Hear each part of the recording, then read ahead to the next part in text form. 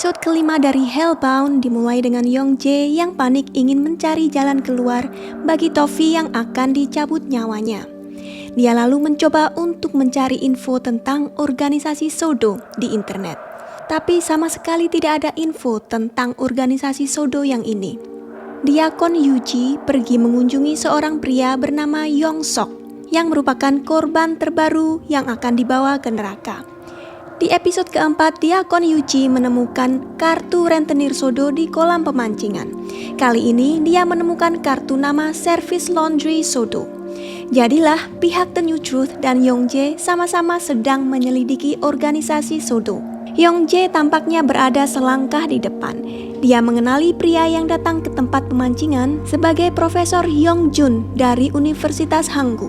Dia lalu menemuinya. Ternyata dia merupakan anggota Sodo yang ingin merahasiakan identitas orang-orang yang dicabut nyawanya oleh ketiga monster raksasa. Ini juga akan mencegah The New Truth untuk menjadi semakin berkuasa. Semakin banyak orang yang masuk neraka dan dipertontonkan, orang-orang akan semakin percaya pada doktrin The New Truth. Organisasi Sodo memiliki anggota di mana-mana.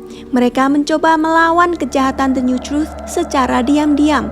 Katanya pengikut The New Truth sudah terlalu banyak, meliputi setengah dari dunia.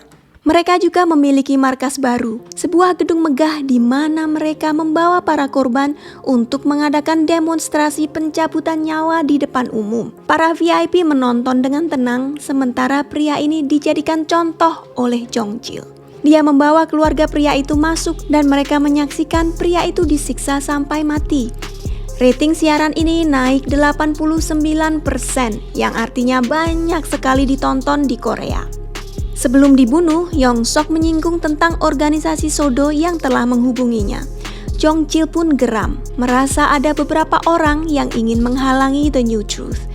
Dia memerintahkan Diakon Yuji untuk membereskan orang-orang Sodo. Dia bebas untuk meminta bantuan dari para Arrowhead. Arrowhead mulai bergerak cepat dengan menyiksa sebuah keluarga yang terhubung dengan Sodo.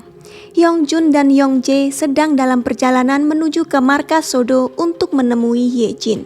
Mereka membahas kematian Jin-soo sebagai pendiri The New Truth.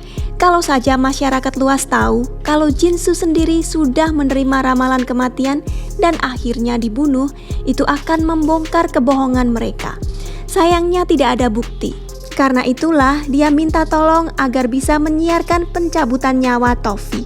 Kalau seluruh dunia melihat bagaimana bayi yang tidak berdosa pun dibunuh, mereka akan mempertanyakan kebenaran ajaran The New Truth. Tapi tentu saja Young-jae tersinggung. Yang paling penting untuknya sekarang adalah menyelamatkan anaknya dan bukan seluruh dunia. Menariknya, Hyung-jun adalah orang yang akhirnya bisa meyakinkannya. Anaknya sendiri menerima ramalan saat sedang berada di mobil.